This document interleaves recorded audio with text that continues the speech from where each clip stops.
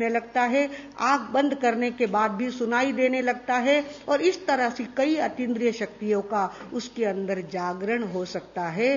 तो वो तृतीय नेत्र खोलने का दिन ये राखी पूनम का दिन है। राखी पूनम के दिन निगेटिव फोर्स हमारे भाल पर कोमल उंगली के द्वारा तिलक करें। तिलक ये शब्द भी अपने आप में महत्वपूर्ण है। तिल से बना हुआ शब्द है तिल। तिल जैसा ही तिलक होता है। तिल का आकार और तिलक का आकार एक है। तो तिल के अंदर स्नेह यानी तेल भरा हुआ होता है। तिल तेल से भरा हुआ होता है। तेल का दूसरा नाम स्नेह भी है। तो स्नेह से भरा हुआ वो प्रसंग होता है और उसके अंदर शक्तियों का आदान प्रदान करने का एक सुंदर शुभ अवसर प्राप्त होता है। भागवानों, जब एक बहन अपने भाई के भाल पर तिलक करते हैं तब भाई ऊर्जा से भर जाता है। ऊर्जा उसके अंदर निगेटिव पॉजिटिव फोर्स, वो वेव्स एक दूसरे को मिलते हैं और उसके अंदर भाई ऊर्जा से भर जाता है, शक्ति से भर जाता है। और शक्ति भी कैसी है?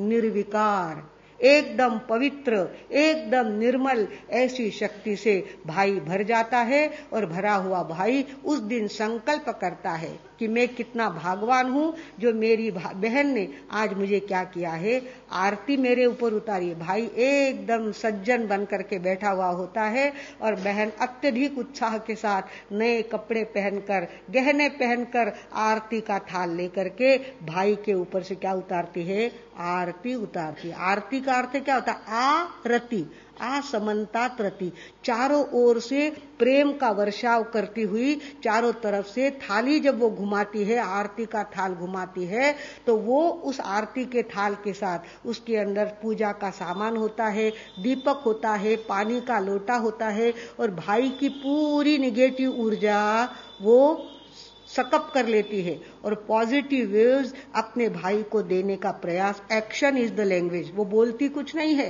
पर उसकी एक्शन हमारे अंदर इतनी पॉजिटिविटी भर देती है कि आदमी ऊर्जा से भर जाता है।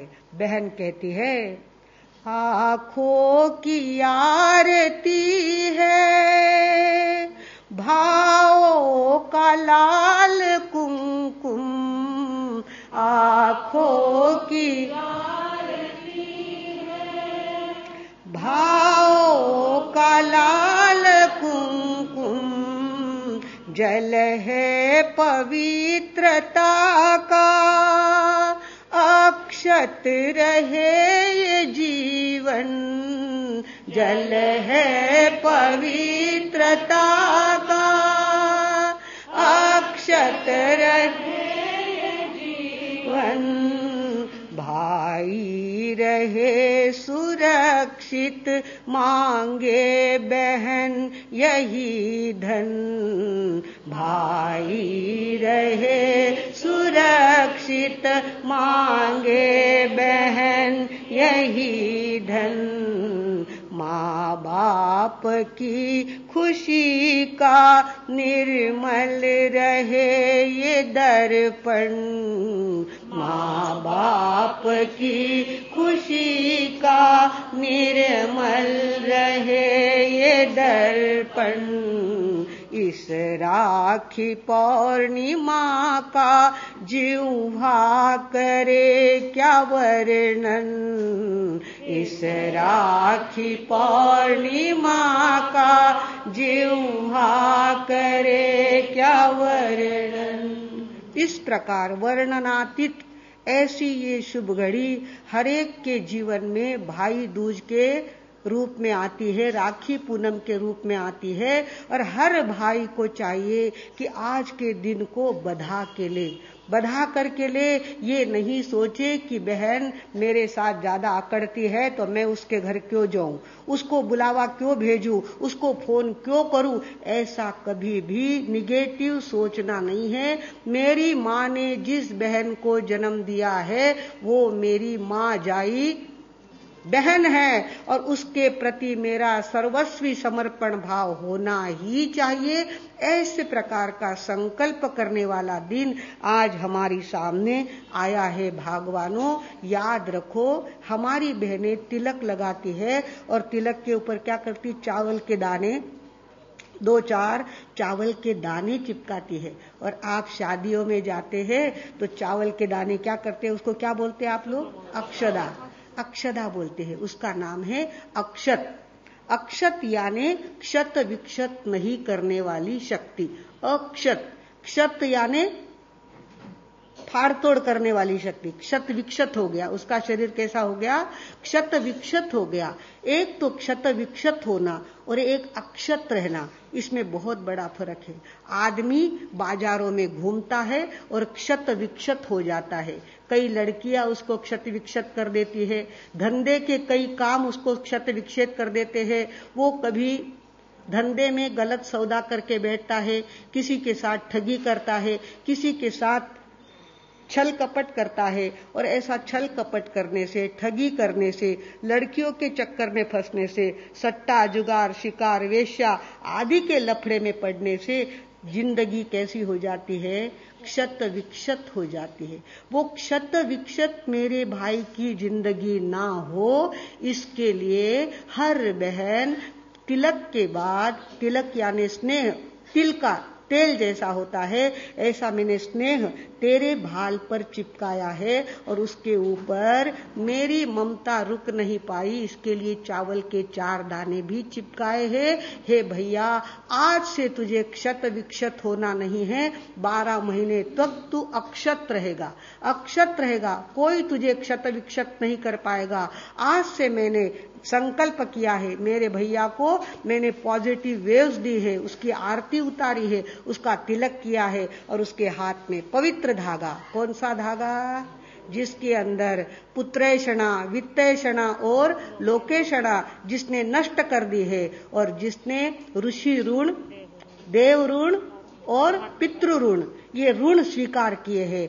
ऐसे संकल्प के साथ जिसने अपने गले में जनेऊ पहना था, उस जनेऊ का धागा गले हाथ में बांधकर बहन अपने भाई को क्या करती है? अक्षत करने का प्रयत्न करती है। भगवानों, हर भाभी को चाहिए कि आज के दिन की वो चातक की तरह राह देखती रहे कि कब बाईसा मेरे घर में आए और कब मेरे पति की आरती उतारे और कब मेरे पति आरती के दक्षिणा के रूप में मेरे बाईसा के थाली में इतना डाल दे कि मेरी बाईसा प्रसन्न हो जाए, खुश हो जाए। और मेरे घर की बहन बेटी जब प्रसन्न होकर के घर से जाएगी तो मेरे घर से तो बहुत कम ले जाएगी और मेरे घर में बहुत कुछ छोड़ के जाएगी। और वो छोड़ा हुआ अदृश्य शक्ति का धन 12 महीने तक मेरे काम में आने वाला है। अगर बहन ने भाई को अक्षत बनाया